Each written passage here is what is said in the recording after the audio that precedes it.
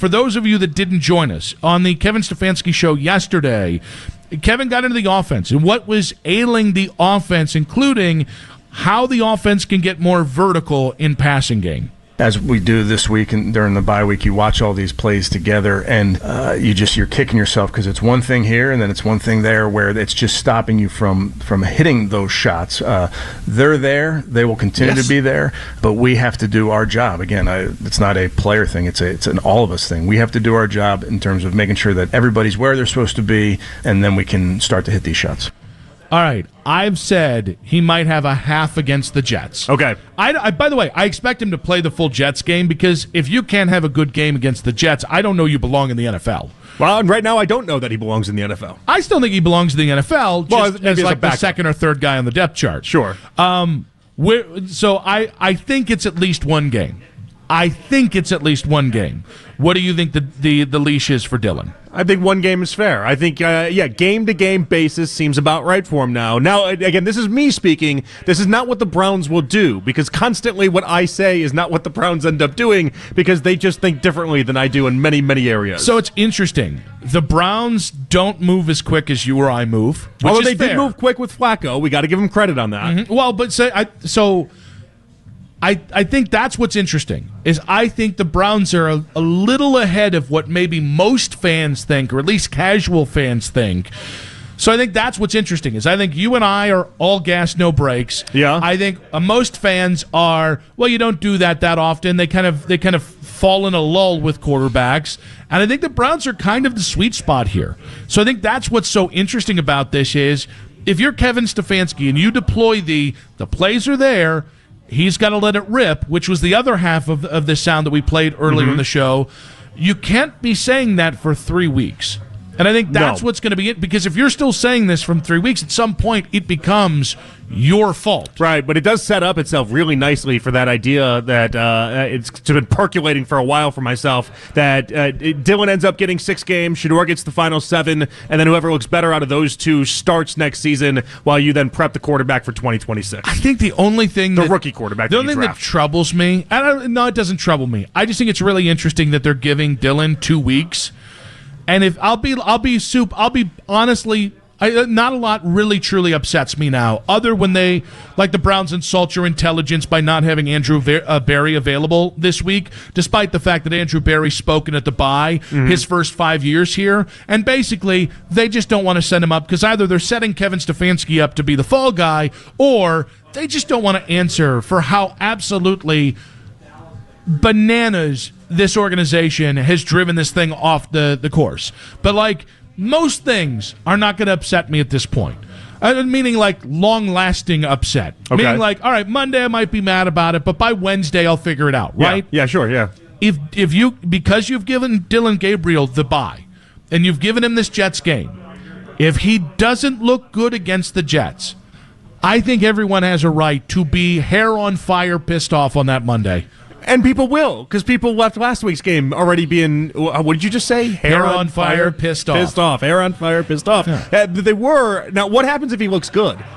And I'm not talking about looks great. I'm just talking about looks good, looks passable. Is he always going to be on this? Well, the moment the next game gets played and you go back to looking like we just saw you play in that Patriots game, then you're out? Or does the leash get reset? So I think it's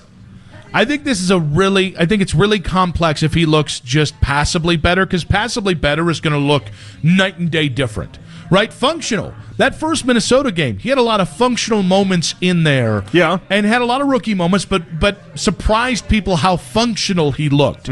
Functional right now, like the Minnesota game version of Dillon Gabriel, would look like Steve Young compared to what we've seen the last 3 games.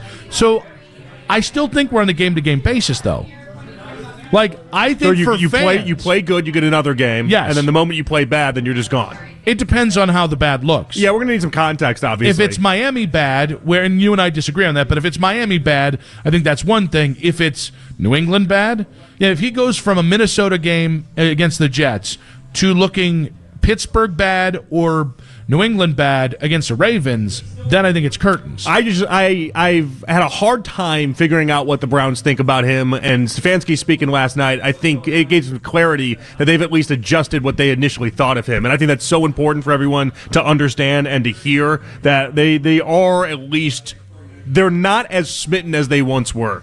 And that's a spot, Nick, that I don't think either one of us thought they'd be able to get to at this point this season. So from writing off the Browns' third-round pick, which I think we did when they drafted him, to potentially writing off the number 2 pick in the draft, we talked in Quick Hits about Travis Hunter's knee injury, which is going to cost him at least the next 4 games as he's gone on the IR. I didn't think he was going to be a star regardless, and that was part of our discussion, right? Yeah, neither one of us really did, though. If I'm remembering our conversations correctly, I think we were. Now, correct me if I'm wrong. Now, I know you liked Mason Graham always, and I remember you liked him. Did you like Abdul Carter or didn't like him? I didn't really. I wasn't a big fan of him. You did or didn't? Yeah. You did. Okay. Because I thought him across from Miles would be lethal. Yeah, I was not the biggest Abdul Carter guy. I remember that. And then with Travis Hunter, I think I wanted them to take an offensive player, but I think I was so wrapped up in Shador. But it was not Travis. Yeah, I mean, I think when Jacksonville was leaked, I think the 3 guys that I wanted were either Abdul Carter, Will Campbell, or Mason Graham, and if any of those 3 guys fell, I would have been happy. Will Campbell looks good in hindsight. That would have been nice. Like thinking about it, like months after the fact. It just there was like a 2.5 week stretch where it felt like everyone in Browns media wrapped their heads around him being a unicorn and him being extremely special. It wasn't just Browns media though. National media too. I think they pushed it more than even local media. And it's interesting because, I think there's a lot of frustration that Mason Graham isn't, I don't know, Chris Jones to this point. And, if Mason Graham is what he is right now, which is he is incredible against the run defense, and he's good, not great. Well, they in can't. The rush. advanced stats on that stuff can't get it right with him anyway, though. Like ESPN's win pass rush metrics love him. PFFs hate him. That's one of the things I think we need to discuss at some point in the offseason is how just ass backwards they seem to have some of these advanced metrics when it comes to guys like interior defensive linemen. But I think he's been fine. And by the way, there are points where I think he's been awesome. But I also think there have been moments where he looks like a rookie. And it's funny that, when we talked about this during Quick Hits, one of the people on the YouTube chat was like, he has to be Chris Jones to make this trade work out. And I'm like, not really. You've got Mason Graham, Quinshon Judkins, Dylan Sampson, and a first next year.